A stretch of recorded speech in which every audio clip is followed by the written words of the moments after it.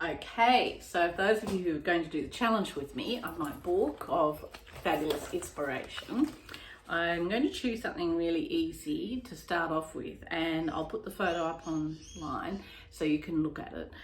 So I thought I'd do some natives. These are just taken those off the creek, and then I'll put them on a white background and then I photograph them.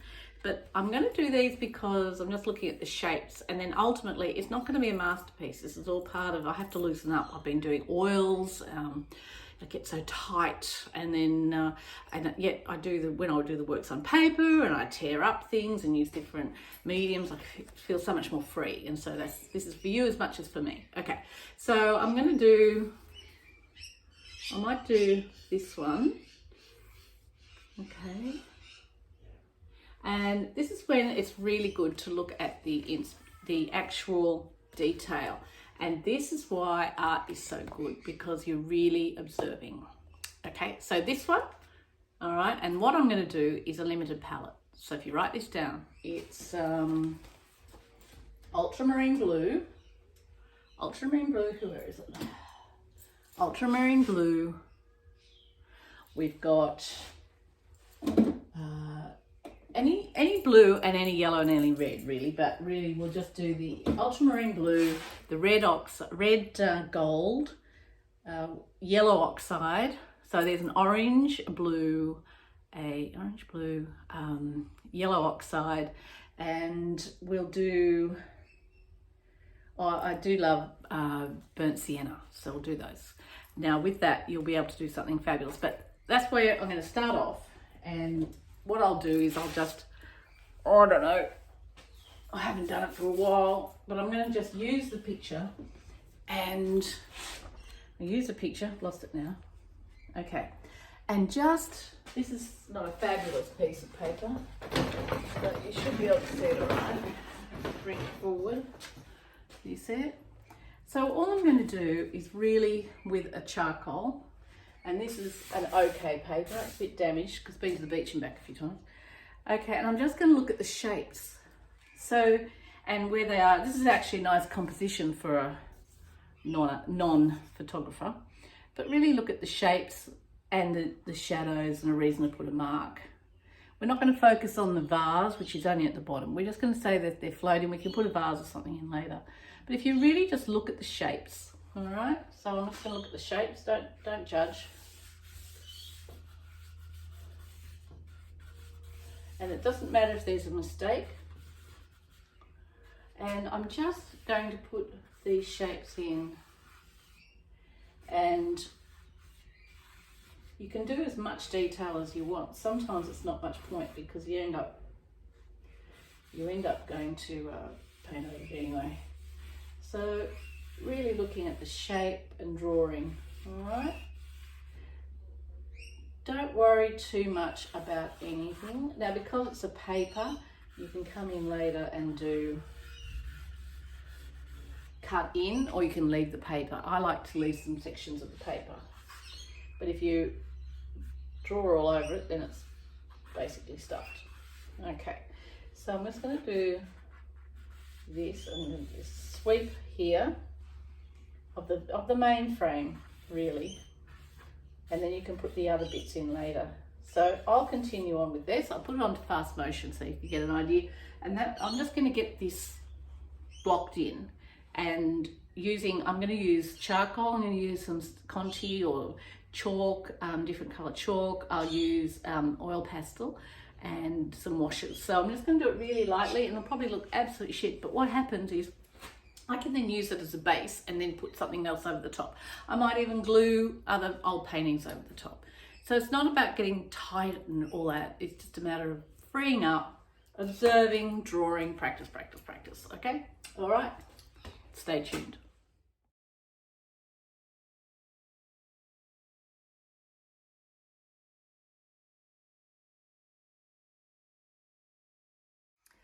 Okay, so as you can see, it's pretty abysmal drawing, but that's because I don't want you to get all tight, because once you get tight, what happens is you end up getting so precious, and the idea is not to be precious. The idea is just to relax, enjoy the process, try all the different materials, and as I said, we can glue something over it, we can block it out, we can get rid of it.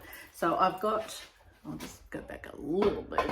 I've got burnt sienna, lots of white. Let me just straighten it up. It's crooked as buggery. Yep. Okay. White, red, Australian red gold, which is, that will make anything pop. But what happens is it's so fabulous that you end up putting it everywhere and it's wrong, but it really makes the greens and things pop.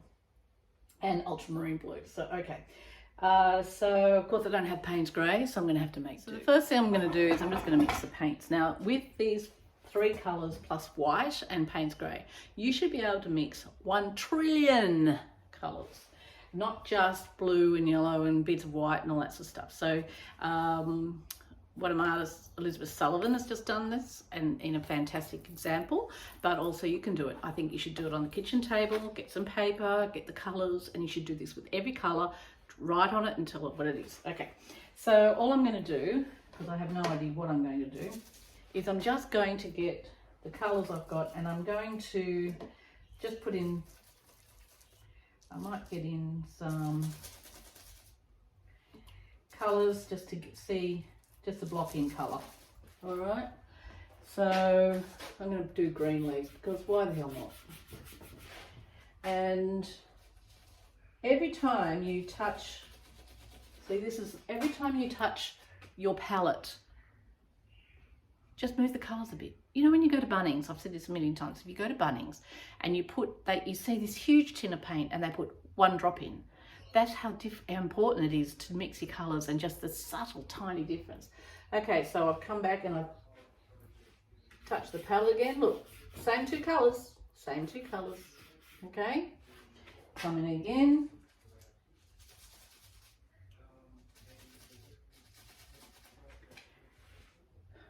So again, now you can, this is my new favourite thing. It's a fan brush and I've never used them much, mainly because I have them and then I wreck them. And so I am going to wreck this one too. So it's quite nice that you can do dib, dib, dib, dab, dab, dab, and lines and things like that. So here we are, that's just 2 colours and look, that's already interesting. Dry brush, nobody ever bloody gets it, but it's actually, all it is your brush is dry. It's not thick with paint and you get this lovely feel, right? And now this is just the edge of the paintbrush. All right, so I'm going to do more leaves and as I say, I just touch it. I just touch the different the palette with the same colours, nothing special. And I'm going to go, I haven't even done these leaves, so I'm going to make it up. Now it's quite nice that you can block in without thinking too much and do the lines as well. And that's the thing about paper, you don't have to cover it all. If you do a canvas, you need to cover the canvas, so in which case you can't see the white canvas. Whereas if you've got a paper, you've got this lovely, and you can leave the charcoal. You don't have to cover it up. And even just a touch of this greeny colour, and with a lot of white, you'll end up with just this lovely, beautiful, soft grey green, and it's just stunning. And I'll do that now. Because that's a really crappy leaf, I'm going to have to come in, because it's actually a very delicate leaf, and I put it up there looking like that. And I'm going to draw it, and I'll come in later. Now there's just lots of paint there, and later on, I'm going to define that. So I'm just looking at different spots where I can put these lovely, lovely, lovely green. And I might even just do the stalks too, just coming down, because I can come in later with those. And by putting it around, your eye will travel around it. Just put in some line, and it picks up the charcoal. See that charcoals are black, so what happens, the green and black goes a nice grey. So I'm just going to put some line in here. Now, where I want, see on here, you'll get this in the photo, but that's a lovely soft pink. So that's where you really look at what you're doing, and you put it, this is where the, what is it? Burnt sienna is beautiful. And so I'm just going to make that this lovely soft pink. Okay, so I'm putting all lights, I'm starting off with lights and then I'll end up with dark. So that lovely soft pink. I haven't cleaned my brush. Do I have to? Don't have to. I will. It is nice, not otherwise you end up with mud. So quite like that pink, and I might add some. So every time you touch the palette, just move it around a little bit. Okay. So I'm going to make this bit here, this lovely nutty thing, whatever it is. And see how I'm using the side of the, I'm using the side of the brush. That's why it's my favourite. It actually does straight lines and everything. And so with this, you just keep drawing. And that's not the finished product, because what I'll do is bits I don't like and I think, oh, I could do better than that, I'll come back and I'll draw into them. And I can cut out, I can always do a bit of liposuction. So I've added a little bit of, with the burnt sienna, I've actually put that red gold, and so that will make it darker. And so if you, to give you an idea, that's just the red gold on there, and I can do that very easily. All right, and then, so immediately already it's coming down to lovely bits and pieces that are coming out. Now if I want to do, wash the brush. So now if I want to do some of these dark bits, I haven't drawn it all in.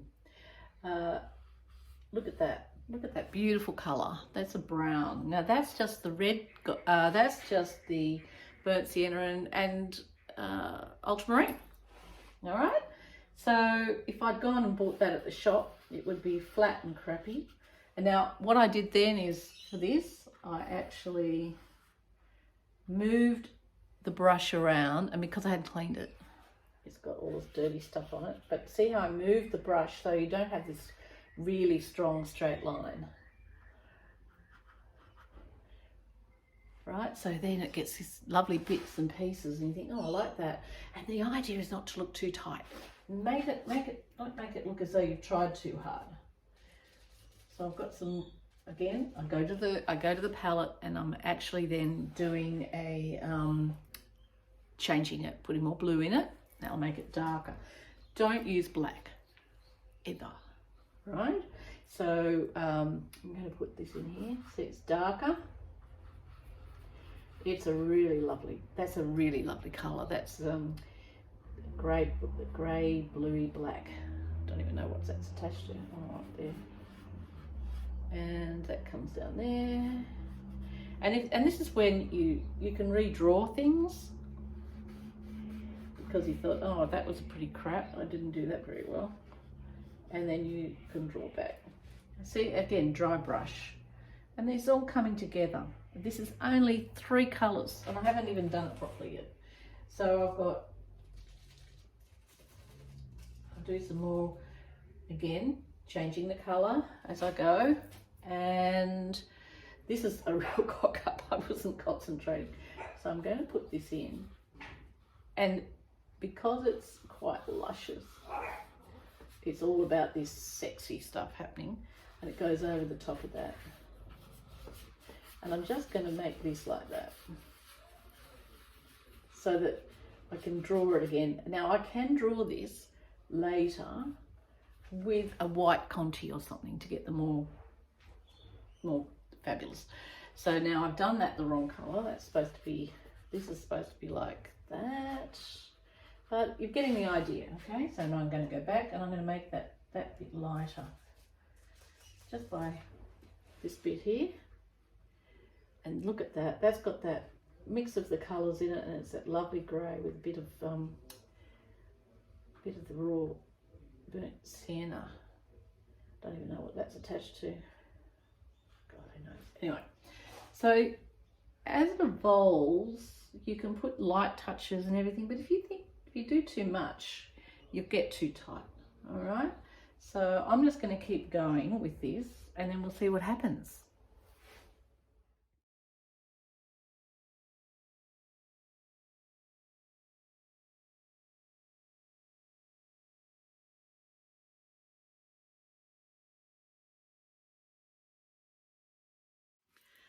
So as you can see, there's a bit of artistic license going on here, right? So I lose it a bit, but then this is giving you an idea. See, I might leave some drawing. I can come back and draw, and then this is when I start thinking this is a shadow. Probably could have been better, but when you're looking at drawing and painting and looking at this sort of thing, you have to find a reason to put a mark. Now, a mistake is good. Now, when artists say that, people go, what the hell is she talking about? It's because when you make a mark and it's wrong and it's in the wrong spot, you have to come back and fix it. So in which case, that's the history underneath in a layer that you can scratch back to, or just to give a hint. And it makes it, instead of a flat, one-dimensional, boring, flat painting, you've actually now got a much more interesting piece. And so what you decide to leave in and what you decide to leave out is up to you. But that doesn't mean you put a whole lot of squiggle everywhere. It's a little bit more considered than that. But there is some things happening here. So what I'm quite happy with is the colours. If you keep it with your 3 colours and the white, you cannot fuck it up because they all work together, all right? So what I'm going to do now is I will draw a bit more. I can actually draw with a white oil, or I can get in put some more tone. And that's the thing, where it's dark and light in the picture, I can then come in with these same colours. Do not change colour, but put a different tone in to give it more depth, all right? But the same colours, but deeper, darker, lighter, whatever.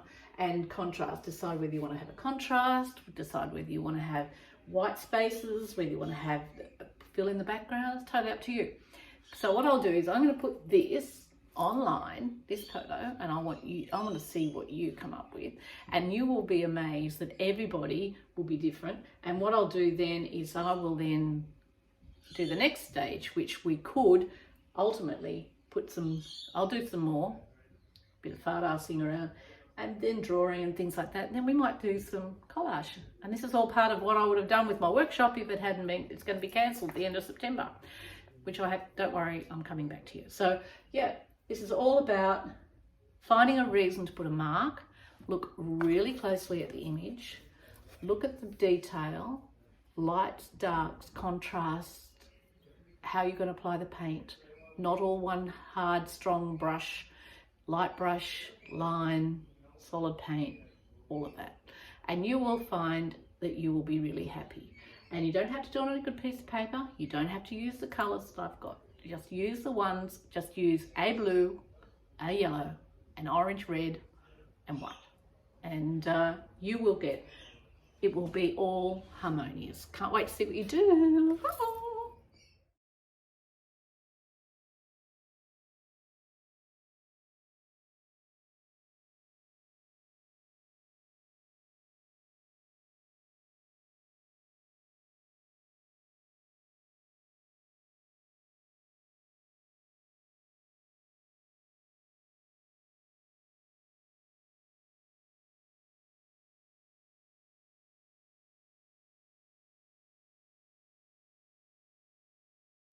Okay, if you're still watching, fundamental things I've done wrong. 1, I should have had a variety of brushes, but I'm slack. 2, probably could have drawn it a bit more and put more marks and put more mistakes and then drawbacks, in which case I'd have more charcoal lines. So when I'm going to come back into this, to make it more interesting, I will do more charcoal line and get it more interesting. And you may notice that, yeah, I kept looking at the book. Now that's not a bad thing, that's a good thing. So the good thing is that you have to keep referring to the picture. How many times people are just stuck and they're, oh, I don't know what to do, And I say, well, where's your picture? What are you drawing from? Where is it? Oh, it's here somewhere. They can't find it, right? You need it here in your hand, right? When people create from their head, there's a lot going on in there, and you need something to refer to. You can take you on your journey. The painting can start talking to you, and then you can you know, do your own thing, but really you need something to come back to then, okay, what have I done wrong? Okay, I'll look at the picture. Oh yeah, that's what I could do. That's what's wrong. It's the composition's wrong. It's in the wrong spot. It's all too much going on. I need to cut things out. You need to refer back. So that's why I've done my book, which I can just get as messy as possible and I can refer to it. And my challenge for now is, because I've been so tight with my oil painting, I'm going to try and do one of these every day. So let's see if you can do it all together. Okay, so I can't wait to see what you've got and what you do.